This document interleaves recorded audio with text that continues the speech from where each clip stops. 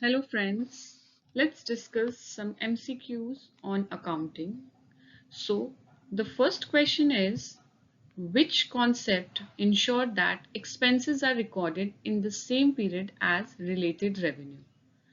So option A is prudence concept, option B matching concept, option C consistency concept, and D accrual concept.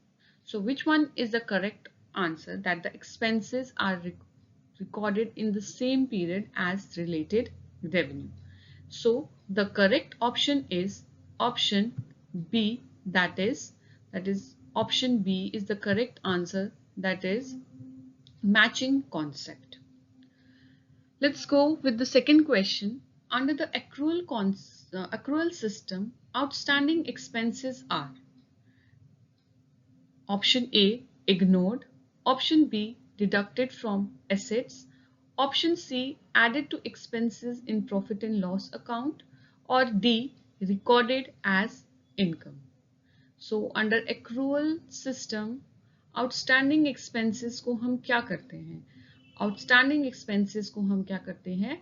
Add करते हैं to expenses in the profit and loss account. तो जितने भी हमारे expenses हैं वो add हो जाएंगे प्रॉफिट एंड लॉस अकाउंट में. थर्ड क्वेश्चन है हमारा, if closing stock is over valued, अगर क्लोजिंग स्टॉक हमारा ओवर वैल्यू हो जाता है, इट विल, उसका क्या अफेक्ट होगा प्रॉफिट के ऊपर हमारे?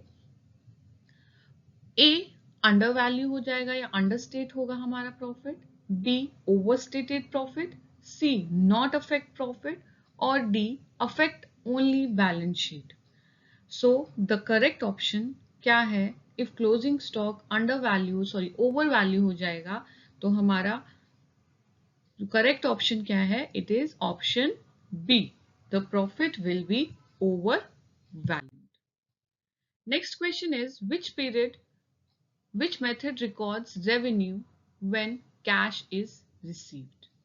जब कैश रिसीव होता है उसी टाइम हम उसको रिकॉर्ड करते हैं, तभी रिकॉर्ड करते हैं. उस मेथड को हम क्या बोलते हैं? Number A accrual base, B matching principle, C cash basis, D dual aspect.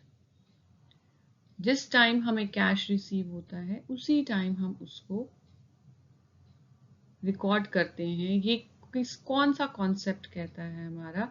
That is option C cash basis. Question number 5, depreciation is an example of. Depreciation किसका एग्जांपल है? Depreciation is a capital expenditure, B deferred revenue expenditure, C non cash expenses, D contingent liability. So the correct option is, तो depreciation हमारा क्या होता है? Depreciation is a non cash expenses, right. Question number 6, which error does not affect trial balance? कौन सा error हमारे trial balance को affect नहीं करता है? Option A error of omission, option B error of principle, option C compensating error, option D all of these.